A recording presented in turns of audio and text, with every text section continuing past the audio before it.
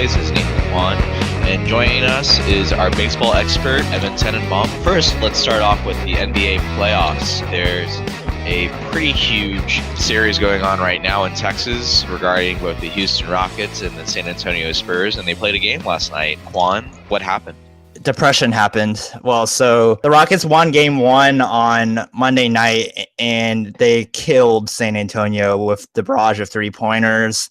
And so this city was ready pretty much for the Western Conference Finals. Let's bring on the Warriors. But the Spurs do what the Spurs do. They bounce back in game two. And the last two games, they've locked down the Rockets' offense with their defense. They're number two defensively in the league, and the lineup with Pau Gasol and LaMarcus Aldridge at the same time on the floor for the Spurs have killed the Rockets in the past two games.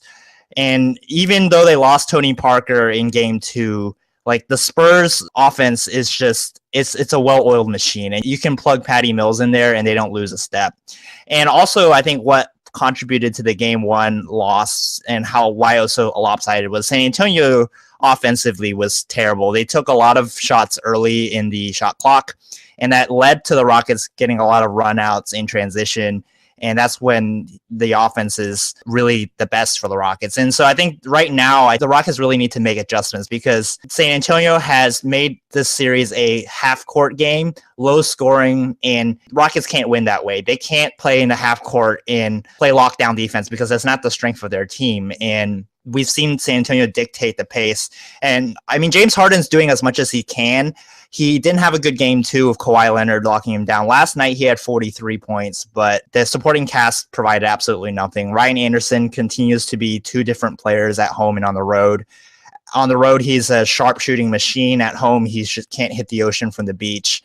Lou Williams provided absolutely nothing last night. Nene has been a zero this series. So they're going to have to find a way to turn it around real quick because the Spurs right now, despite losing Parker, they so good defensively, and it looks like they've solved the D'Antoni offense. What do you think so far for the series, Nathan? I mean, I had the Rockets winning the series. I'm still going to stick with that, honestly, because again, I mean, like, yeah, they got shut down last night, but I still think the Houston Rockets, when they get hot, man, they get hot. I mean, like, you saw that game one. Like, I mean, like there was they had the 30-point lead by halftime. Like, not even like at the end of it, but like pretty much like with 3/4 of the second quarter done, they pretty much had that 30-point lead, and they never really gave it up. And I mean, like, so we know what this Houston Rockets team is capable of when everything's like fired up. It's just whether or not they can get that going again. Because again, like you said, in game two and game three were kind of inverses of each other offensively, I would say, because in game two, that one is one, like you said, James Harden struggled, but everyone else around him was able to at least like keep the Rockets in the game up until like the fourth quarter, where basically the Spurs went on like a 19-0 run for like 12 minutes or something like that. In the fourth quarter, and completely pulled away from it.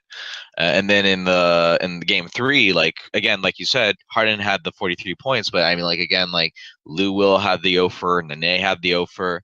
So I mean, like you just hope that like these guys can like at least like find some sort of average between those two, and if they can at least do that, then they should be able to get closer games. And if they can get closer games, I think this team can pull it out, especially with the Spurs losing Tony Parker. And as much as Patty Mills has been able to fill in for Tony Parker, at the same time, it's going to A, hurt their bench, and B, like Tony Parker was still arguably one of their best players on that team.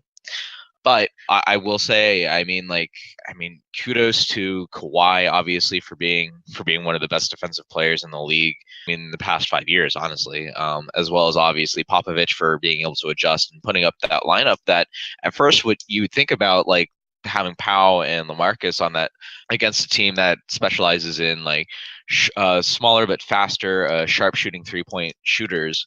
You think that the Rockets would have the advantage there, but realizing like how bad the Rockets are at rebounding and basically exploiting that to get like tons of offensive rebounds and to get the Spurs second chance opportunities while also decreasing the amount of time that the Rockets have to score.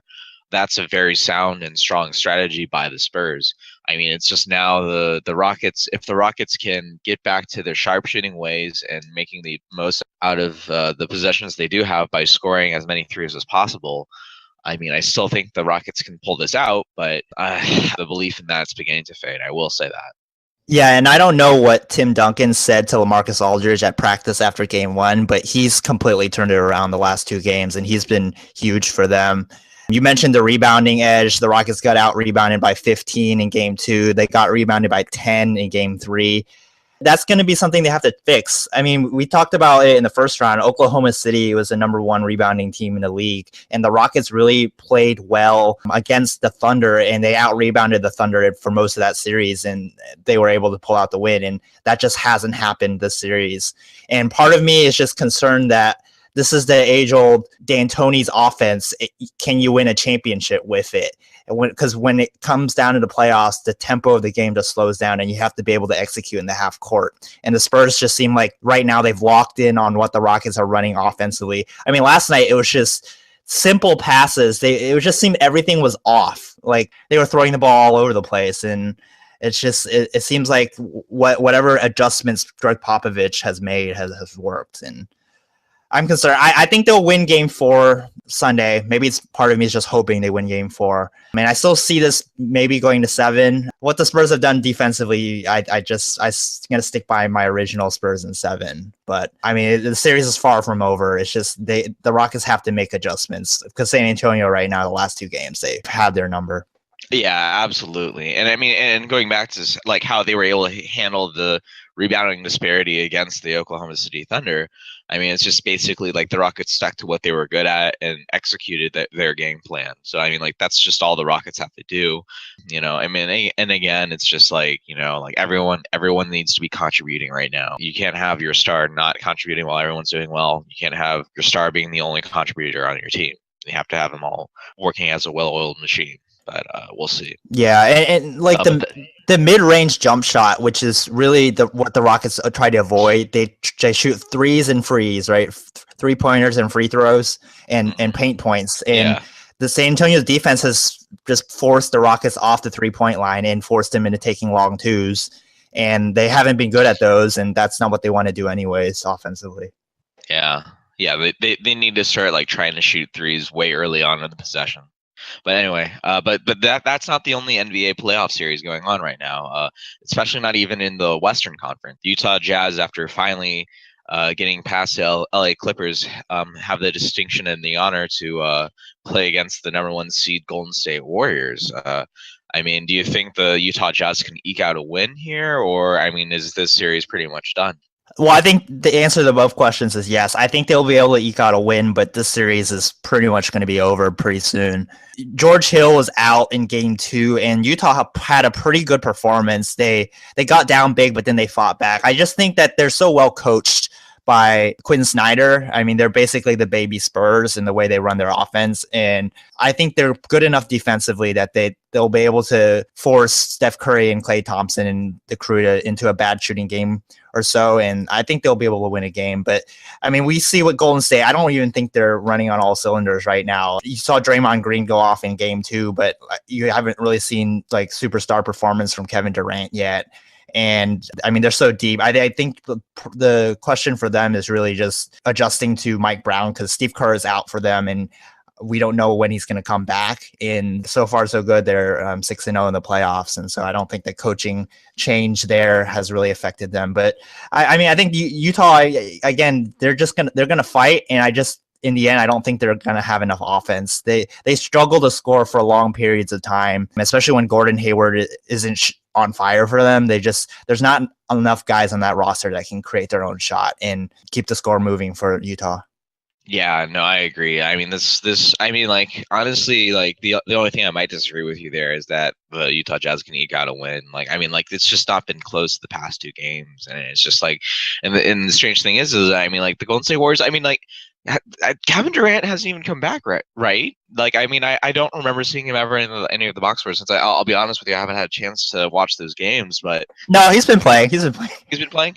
Okay. Minimal impact, though. Minimal impact, yeah. And that's the funny thing too, is just like, again, like, I mean, I know it's kind of been a meme that's been passing around ever since like the first round, but I mean, like, it's really true at this point. It's just that the Golden State Warriors didn't really need Kevin Durant on their team. They just needed him off OKC. And I mean, granted, not to say like OKC would necessarily have won it all this year, especially after the way that Victor Oladipo turned out. But I mean, like, Jesus, like, I mean, like, Kevin Durant has just been like not that impactful this playoffs because he just hasn't been able to play, and when he does play, he's not a minimal amount of time. I mean, granted, they're probably trying to save him for the final so that they have a better chance against LeBron James. But I mean, just like, wow. I mean, it's just this Golden State Warriors team doesn't really miss a step, and like the fact that they don't need like arguably one of the best players in the league in the past 5 years in order to completely dominate teams.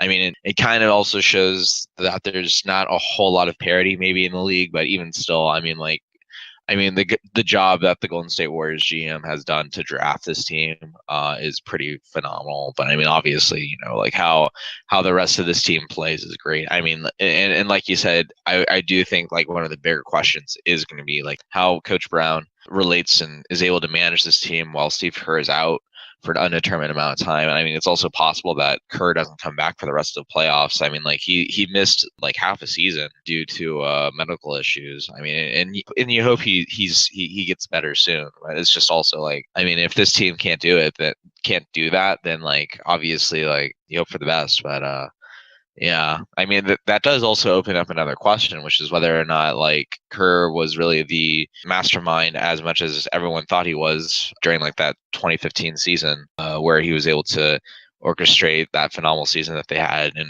on the way to winning the championship. Like, what's your thoughts? Not at all. I think Steve Kerr, what he's done to that Golden State team in the short time he's been there, has been one of the best coaches in the league. We saw what they were under Mark Jackson. I mean, that was a 6 seed at best, and it was a lot of isolation style basketball. And what they did with Steve Kerr was basically bring back the same team, but implement a more motion style, a lot of cutting, a lot of screening, movement off the ball, and that instantly elevated that team to a championship contender. And I think a lot of what coaching is more the framework of how you set up the offense and defense in the offseason and in preseason. And the drills you instill in the team at the beginning of the year carry throughout the year. And despite them not having him through last year and Luke Walton having success, and then so far this postseason with Mike Brown. I mean, obviously, you still have to have great players, and Steph Curry and Klay Thompson elevated their games after Steve Kerr took over, but I credit a lot for the way they run their offense because it's beautiful to watch.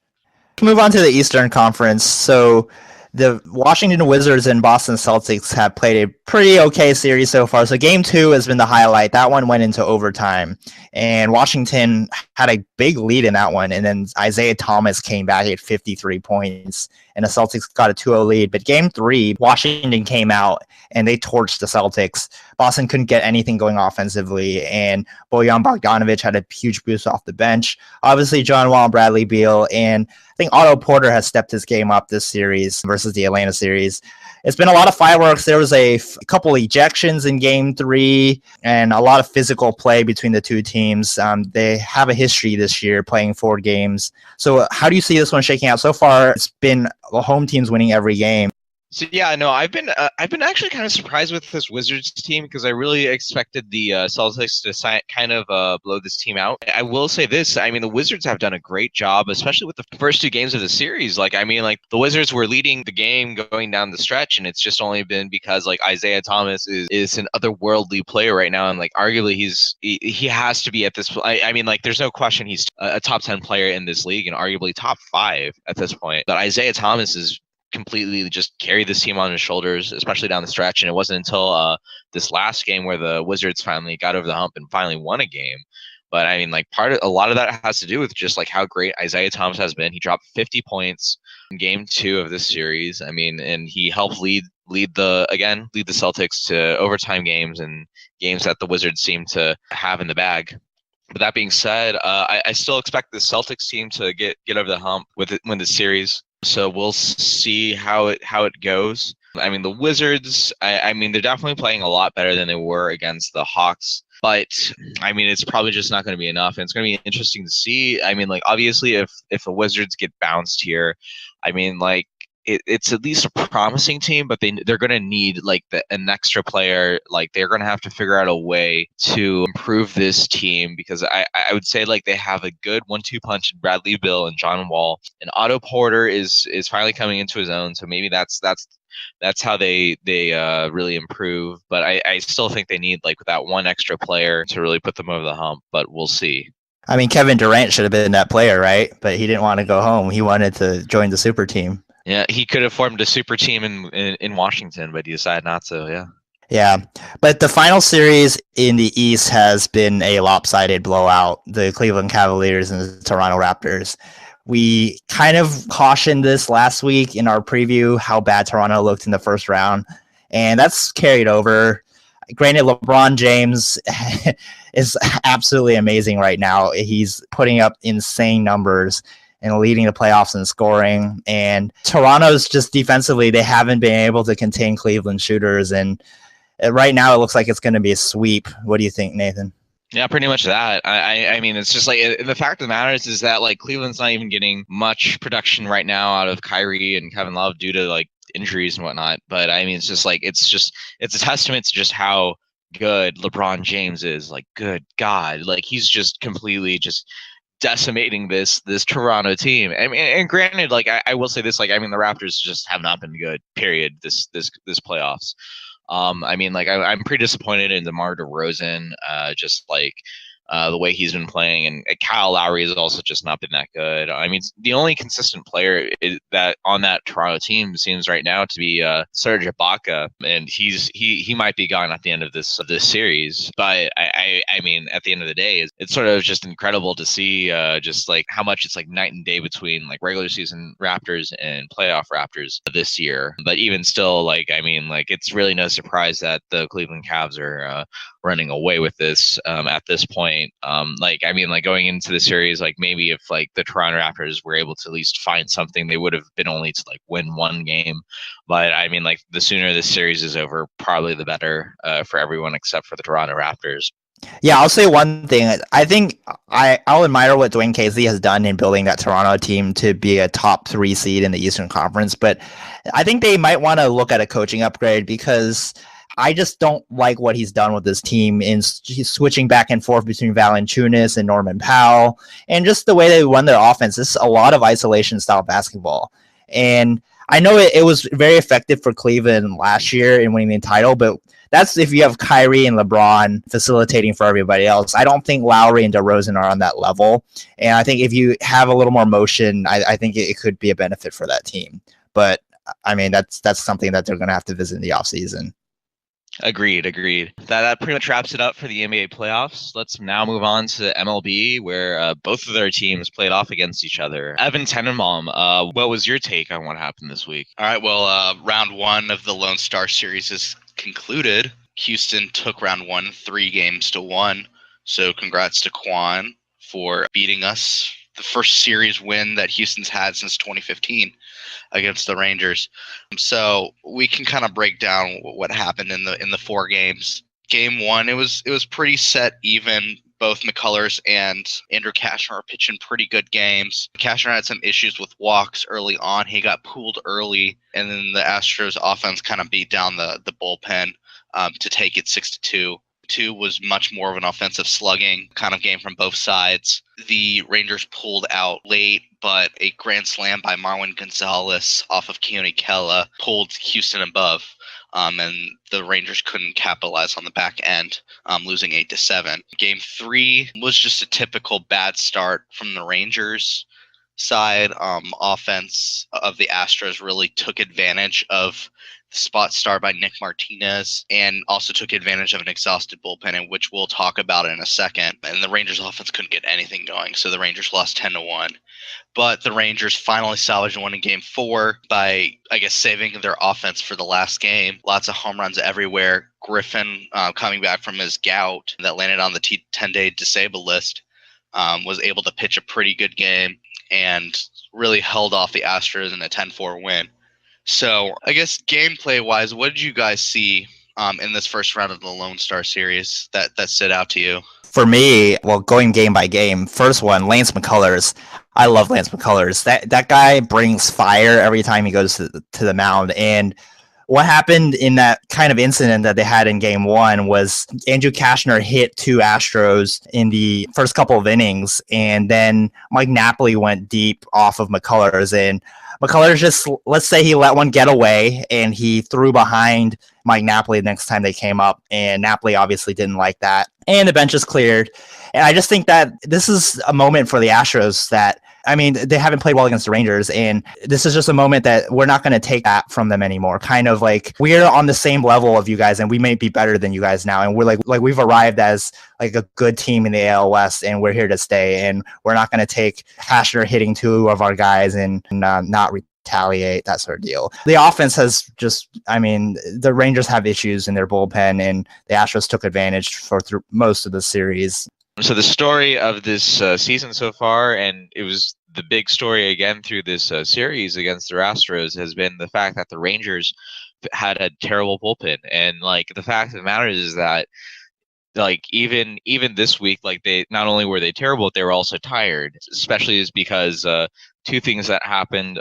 One, Cole Hamels having to pull out and be replaced by Alex Claudio, who did decently okay in his spot start, and then you had Nick Martinez filling in and just was not good. But really right now, I mean, it's just like this team is struggling to find any sort of consistent production out of the bullpen that can be carried over from game to game. I mean, like Matt Bush has at least like stepped in and is looked as a decent closer, but like outside of that, really it's just I mean, you have Alex Claudio as like kind of your long relief, but like also at this point, he's also been like also one of your most consistent relievers right now. So maybe he becomes like the setup guy, or maybe just like the guy that comes in to put out fires. But I mean, I don't know at this point what you do to fix this bullpen outside of like trying to make trades. Which I mean, again, I mean, like, does this Rangers team have enough ammo in terms of farm talent in order to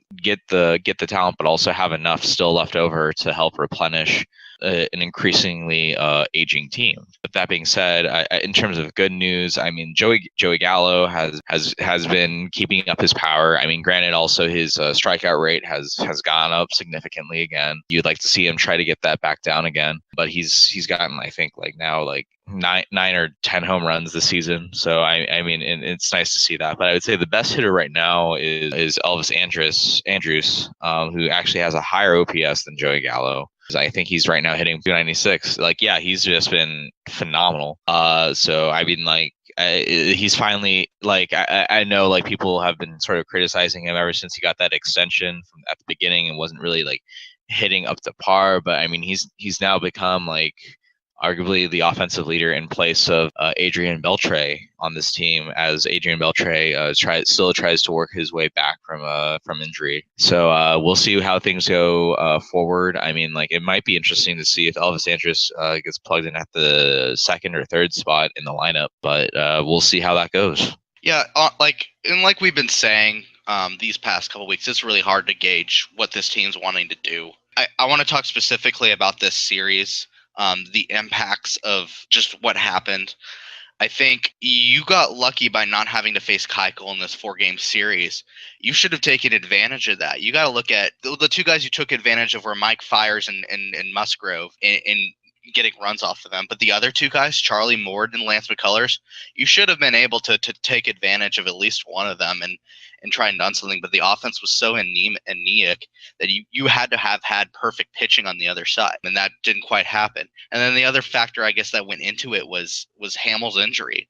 Not being able to have one of your top of the rotation pitchers pitch for you, and you having to already burn one of your relievers to make an emergency start, that really puts the pressure on the rest of your bullpen. That basically took Claudio out of the rest of the series. That pushed a significant amount of relievers to go right after Claudio. So the sequencing was really off. And also, I don't understand what they're doing with Jose Leclerc. He pitched on Tuesday for 1 inning, and he hasn't pitched since. He's one of your best relievers this year. I don't understand why they're not using him. If they're trying to call him because he's a rookie, I just don't understand that. If he's injured, then he should have been on the DL already. Like, we need better relievers. We don't need to always rely on the ones that are struggling, specifically Jeremy Jefferson and Tony Barnett, though Barnett did pitch 3 innings last night to keep the Rangers in the game. Anyway, my point is special circumstances. So my point is that there are individuals in the bullpen that are improving, but there are also individuals in the bullpen that are taking the place and having bad outings. So it's really hard to gauge interest in who's really good, who's really bad, who do we need to trade off, who do we need to demote, that kind of thing. And so it's literally just a matter of taking time. Remember, we are in May.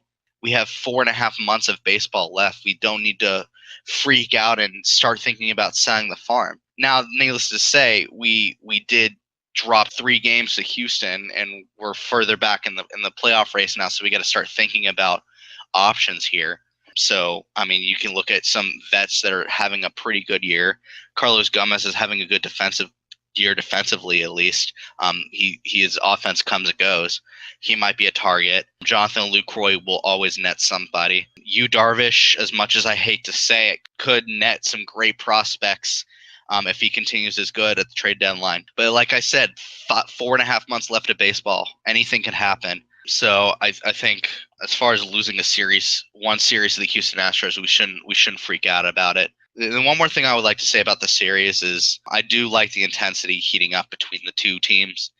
We know Bregman tweeted out that hashtag before the series, beat the expletive out of the Rangers, kind of to try and fire up his teammates. Obviously, he apologized later, but I think it did wonders in really firing up that Astros offense and making sure that they were up to speed and being able to finally beat their demons and beat the Rangers in a series. Obviously, the bench clearing brawl, probably some misunderstandings. I don't think Cashner intentionally hit those 2 guys. Obviously, I'm biased, and I do think McCullers was, throwing behind him for a reason, but that's just the game of baseball. And I think that this intense rivalry is good in bringing a narrative to the rivalry of these 2 teams. So more of that. Less of brawls, but more of that. Oh, absolutely. Yeah. No, I mean, I do enjoy seeing this passion between them, especially since, like, in general, also with like baseball, it's like sometimes it can be hard to sort of like translate the passion that's going on onto the field, and to finally see that like spill over has been nice. And even if the Rangers do lose the season series to the Astros and lose the silver boot, I mean, I still think this Rangers team can make the playoffs as a wild card. But I mean, and obviously, like you said, it's a bit early to start considering like trading off assets. Although that being said, like if we can maybe trade away Lucroy and get something back, I mean, obviously, I don't expect us to get like anyone on the caliber of, say, like Lewis Brinson or Luis Ortiz. But if we can get something back for Lucroy, that would be phenomenal, especially with the way that Robinson Chirinos has been performing in spot starts. I mean, it's just like Robinson Chirinos, for all intents and purposes, has been out hitting like Lucroy decently. Although I will say Lucroy has seemingly turned things around a little bit during the season. I mean, like both. Me and Evan went to see a game on Saturday, one where Yu Darvish threw 120 pitches, got through 6 innings, and struck out 10 Angels batters, and they won the game. As well as Carlos Gomez hitting for the cycle. But Lucroy, he was hitting it deep, he was hitting it far. I mean, he's hitting it to the same place, granted, but he was getting his bat on the ball, and so that was nice to see. But yeah, no, I mean, again, just going forward, I mean, like if there is a trade, I would expect if of the players that the Rangers already have that might get traded away, Lucroy is the most likely. I still think that they're going to try to re-sign Yu Darvish at the end of the season, no matter what. Just because, again, like I mean, they don't have anyone like that on the system, in their system on the farm. And like obviously, like Cole Hamels is getting a little bit older, and so Cole Hamels is a great, at this point, number 2 starter, but I mean Yu Darvish is Yu Darvish to me. But I mean, obviously, we'll see what happens. I mean, if they start selling off pieces, then they might have to also start selling off, consider selling off Adrian Beltre, and I would absolutely hate to see that. Like, that's just blasphemy, even me mentioning that. So forgive me, based Beltray. So All right, I'm going to do some real quick Rangers notes just to kind of wrap up them. They did end up winning last night in 13 innings, 3-1 against the Mariners.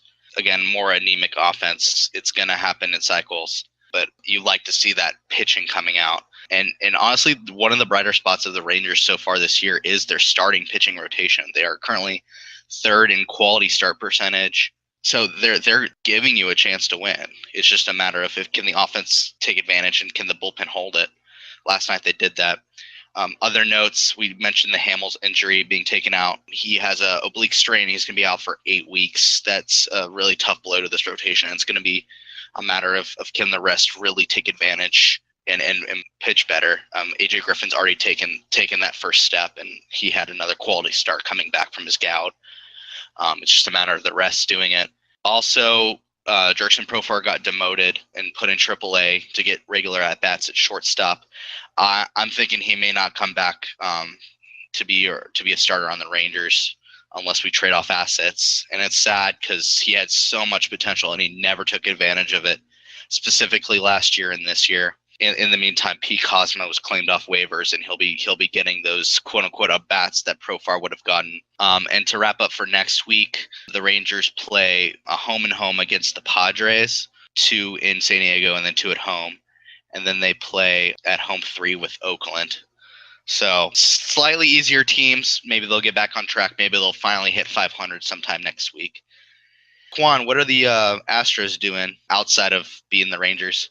Yeah, so I actually attended a game last weekend as well. I watched the Sunday win over the Oakland A's. I watched Cy Keuchel in person. He was the first in the majors to 5 wins, and he is absolutely back to 2015 Keuchel. He's hitting the corners, and there just wasn't much of solid contact off of him, off the Oakland A's hitters, and they were completely off balance throughout the most of the afternoon.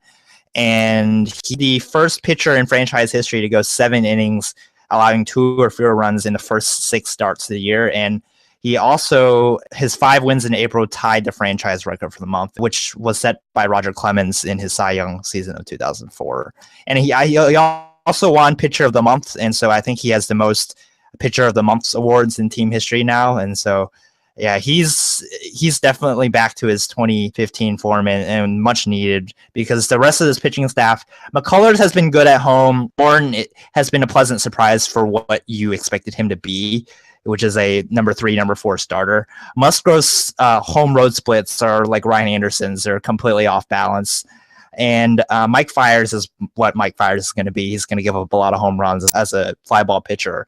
But Colin McHugh, who was shut down for 6 weeks, he's with the team again. He's coming back. He had that dead arm in spring training, and he tried to make a rehab start, and team just shut him down. And so if he can get back by, let's say, around the All-Star break, perhaps, I think that's going to be a boost for the pitching staff, especially if McHugh is what he was in 2015, which was a 20-game winner. I will say one note that the bullpen, which I had been raving about so far, it struggled a bit this past week. Luke Gregerson on May 4th did not use the force for good. I mean, he's just continued to give up runs, and he doesn't look like the pitcher that was so effective for Team USA in the World Baseball Classic.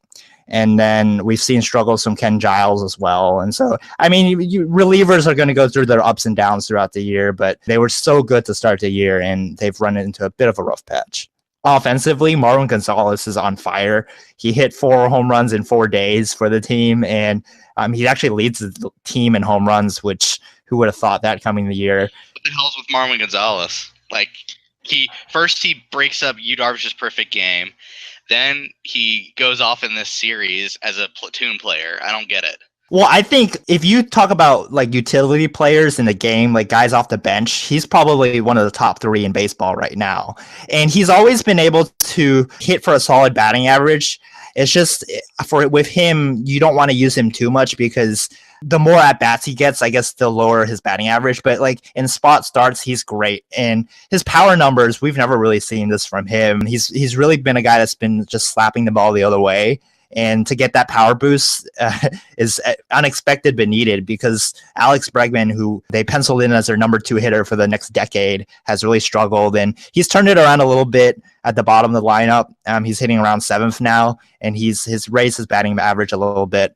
Also, Carlos Correa has been turning it around. He made some mechanical adjustments after his slow start, and he's raised his batting average about 20, 30 points the past couple of weeks.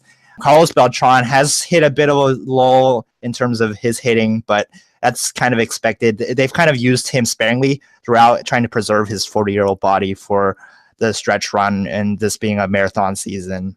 The notes from the offense, I mean, they continue to be the top hitting team, and they've come back from 5-0 deficits, I think, 3 times this year already, which shows that if the starting pitchers can just kind of settle down if they get off this rough starts. Joe Musgrove a couple of weeks ago, he gave up 4 runs in the first inning, but then he threw 5 scoreless after that. If the starting pitchers can do that, this offense is going to wake up. And there's so many bats up and down the lineup: Josh Reddick, Brian McCann, Evan Gaddis even. And with Correa heating up, I mean, that offense is something that we're so unaccustomed to watching the past couple of years, but it's carrying this team right now, along with Dallas Keuchel, of course. So this upcoming week, they are in Anaheim this weekend to play the Angels. They're going to finish that up, and then they're going to play 2 games at home with the Braves, and then they go out to New York to face the red-hot Yankees. So let's move on from some Texas baseball to an even more, I'd say, serious topic right now. So this past week, the Baltimore Orioles played in Boston in a very heated series. And I would say one of the big reasons why things really heated up there was because of some really despicable actions from the Boston fan base. I believe it was the first game of the series. Some people hurled racial slurs against Adam Jones, and once it came out, there were quite a few other players who talked about how whenever they go to Boston, that's something that happens. I mean, Evan, what's your take? Well, I personally don't think it's a Boston issue. I do think there is a culture in Boston to be proud and hearty and say what's on your mind. So maybe that's where that's coming from. Obviously, these are drunk fans. Some of these fans really don't know what they're talking about. They have black players on the Boston Red Sox. They've had it historically in the past. So I think it's just a matter of the combination of alcohol and just poor judgment. I don't think necessarily Boston's the issue. And I think as a professional athlete, you kind of sort of need to get used to it. And I understand the whole I can't be silent about it anymore. But, you're going into this profession understanding that people will throw criticisms that maybe are unwarranted your way. And the way to get past this is just to ignore them and just play baseball, because that's what you're paid to do pretty much. Nevertheless, I still understand where Adam Jones is coming here, and I understand why he and his agent are upset at this point. Really, no one should be spoken to that way. Yeah, I'm going to agree with you, Evan, wholeheartedly. It's not a Boston thing. It's more just individuals in a situation that are completely out of line. I mean, I went to a game last year in Boston at Fenway Park. It was a game against the Blue Jays, and I would say the Toronto fans were actually more rude and rambunctious than the Red Sox fans, which everyone I interacted with, the ones I was sitting next to, were extremely nice and credit their fans. I mean, the next day they gave Adam Jones a standing ovation, and there was an incident in the crowd where I believe the national anthem was being sung by an African-American woman, and a fan made a comment, and there's another fan that confirmed with that fan what he said, and then he called over an usher, and they actually kicked that fan out of the stadium. And so I think the majority of people aren't like that. It's just, I think we're in a day and age where this is unacceptable for people to be making comments like that, and credit the Red Sox and Major League Baseball for saying that they're not going to stand for this, and they're going to look into any situations where language like that is used. Yeah, I agree with you guys there. I didn't mean to necessarily say that this was only happening in Boston. I mean, like this happens anywhere. I mean, like obviously you bring up Toronto. I mean, in Toronto, I mean it wasn't necessarily just like race based, but I mean also I remember I'll always remember how they treated the Rangers during the 2015 playoffs and how they threw beer onto the field. and almost hit babies that were that were below. But I will also say this. I mean, like, it's not just the criticisms being thrown at them. I mean, like, yeah, most people are used to like sort of like people throwing like trash talk at them. But I mean, like, once you like enter into like sort of like racial slurs, I mean, it just goes beyond just like trash talking. It shows just like a deep and profound like disrespect. Like, I mean, for like a group of people, just solely for like their skin color and for like their ethnicity, and just like, and kind of very discriminatory as well. I mean, and it's so strange too that like you have Boston fans who will go like these specific Boston fans. I mean, not all of them, but like maybe these specific ones who go from cheering on like people like Jackie Bradley and Mookie Betts, like two of their best players on their team who are African American, and then they turn around and they start basically denigrating someone who's of the same like ethnicity. And it's just it's absolutely absurd. And I think granted, like a lot of this is sort of like coming to like a breaking point. I mean, I would say like Adam Jones, like this is probably not the first time that he's had people throw like racial slurs at him, but I think we're sort of like in a day and age where like, I mean, like you like ever since the election, like people are a heck of a lot more like attuned to those types of things, because it's just like those things now like really kind of do matter, because like now you kind of have to double take and sort of think about it, and it's like, well, like, are you really just like really trying to make a mistake, or do you actually believe this, you know? Like, and that's something that a lot of people have sort of, I think, been questioning, not just in baseball, but just in general. Is just like, if you use a racial slur, I mean, like, are you just like being a dickhead, or are you like genuinely like kind of racist? And I think like a lot of people are like, and me included. I mean, like, if you use a racial slur, I mean, like I wouldn't exactly say like you were super respectful of that person's ethnicity to begin with, you know. So and to some extent I would say like, yeah, like that person is kind of racist to say the least. That granted, I would say like I also really do like the actions that were taken by Boston, the MLB. Boston actually did go so far as to ban people that they were able to confirm did use those racial slurs, and they're banned from Fenway for life, which is crazy to think about. But at the same time, like I think it's warranted at this point, especially to make that go forward. And I mean, I don't, and I granted, like as Quan and Evan did mention, yeah, alcohol does bring out the worst in people. But I mean, like, even though like alcohol is involved, I mean, it doesn't really excuse it. And I mean, like, if that was brought out of you, then that was in you at some point. And so it's just like, it's just whether or not like you're willing to admit that like that type of thinking is a mistake, and that you should take it upon yourself to fix it, or if you're just going to say like, nah, like you guys are the ones that are like, or like some like, in something that I've seen from a lot of people, like not just in baseball but just in general, who have been like, yeah, no, you guys are being too sensitive and all of that, you guys should get over it. Like those types of people, like I'm getting kind of sick of that type of thinking, because it's just like it's moving the burden of like trying to get better from that person who's the one that needs to be like improving themselves, and trying to put the burden on other people that they're actually harming with their actions to some extent, and are like making those people feel like unsafe to some extent, and just denigrating them. Like it's something that you sort of see from bullies, or from like kind of somewhat abusive people, when they try to like shift the blame from themselves to someone else for being the victim. And it's just like, you know, like at a certain point you just have to grow up and just be like, you know what, I'm the asshole. I need to grow up. And I apologize for using that type of language, but it's just also like this is something that like really gets my goat a bit. So I just want to say like, yeah, I'm just sort of like glad to see that like people are trying to take this a little bit more seriously, you know. I was just going to ask, what do you guys think the rights of fans should be? Because I feel like now there's an age where trash talking, like there's a certain line, and what is that line? Should fans be allowed to shout things at players, warranted or not warranted? I mean, obviously, racial things, like that is across the line, but like shouting, heckling them for other things, like what is the line for fans, you guys think? Everything revolves around context, in my opinion.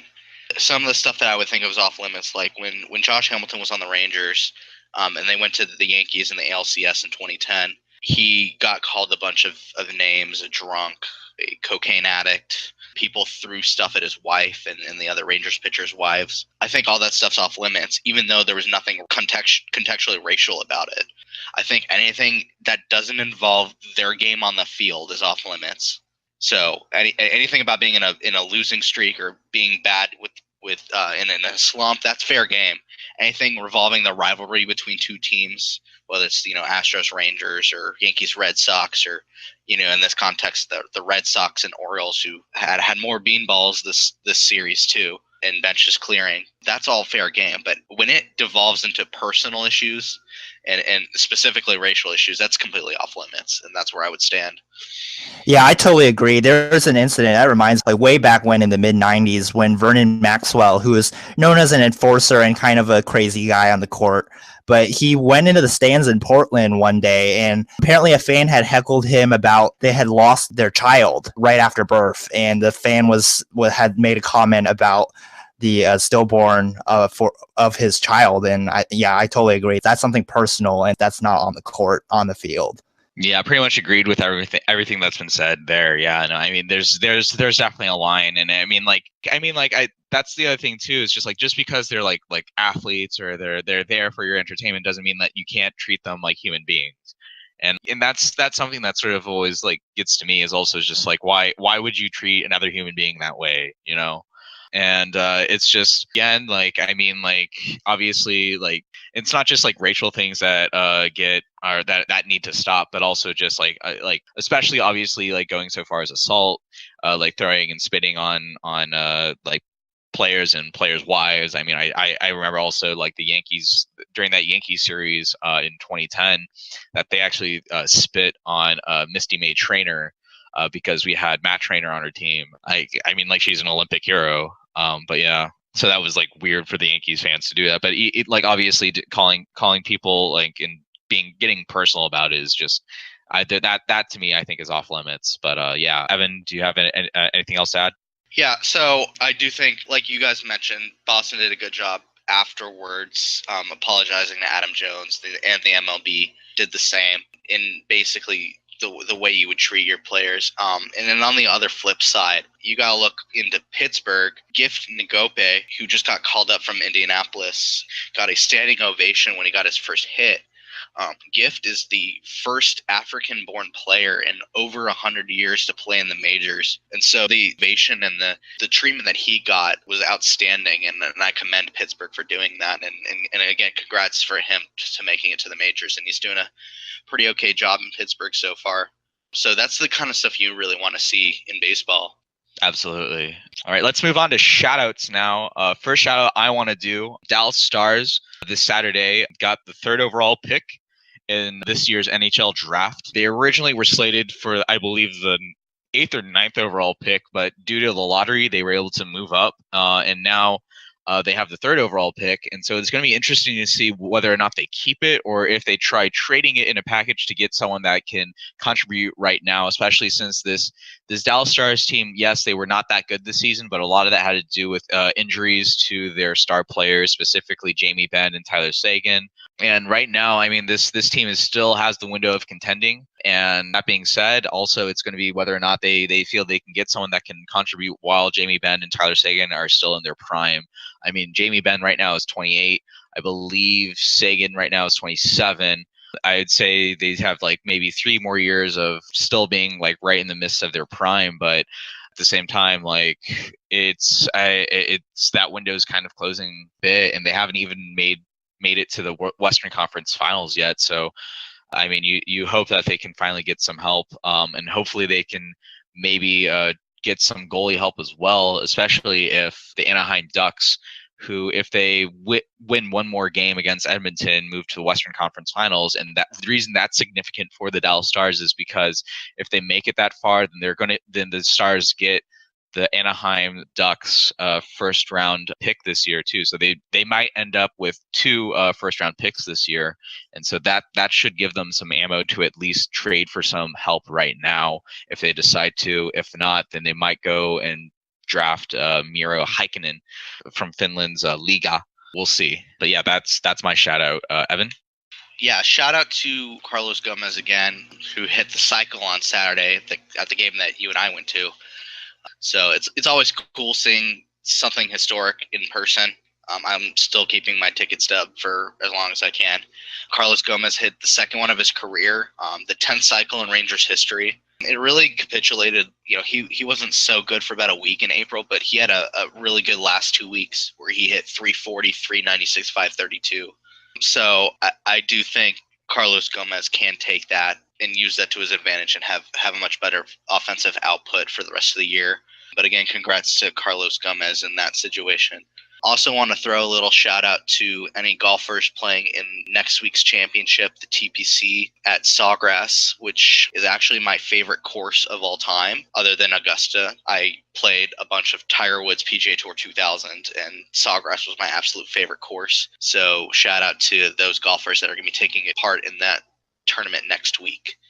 All right, so shout out for me, Brandon Roy. He was a former NBA player, was an all-star with the Portland Trailblazers before injuries ruined his career. He's a high school basketball coach, and he was wounded this past week because he shielded children away from gunfire outside of his grandmother's home in LA. And so shout out to Brandon Roy for putting his body on the line for the kids. So shout out to LeVar Ball, who's making me continue to hate his son, even though I love his game and I love his NBA prospects. I just can't stand continuing to hear his name in the news. So he tried to get a shoe deal with Nike, Adidas, or Under Armour to do a co-licensing agreement with them. All the shoe companies turned him down, and so he decided to create his own shoe and release it under his Big Baller brand. And so they did that, and they announced that it's going to cost $495 this week. And so outrageous price for a shoe, especially when you're trying to sell to kids. And they were laughed at on Twitter and all over the basketball world. And so shout out for LeVar Ball for running his son's marketing into the ground. Good job.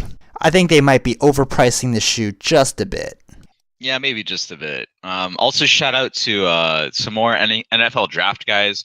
I know last week I mentioned Ryan Switzer. I looked into his tape a bit more. I'm a little bit less peeved than I was last week. This guy should at least be a great punt returner.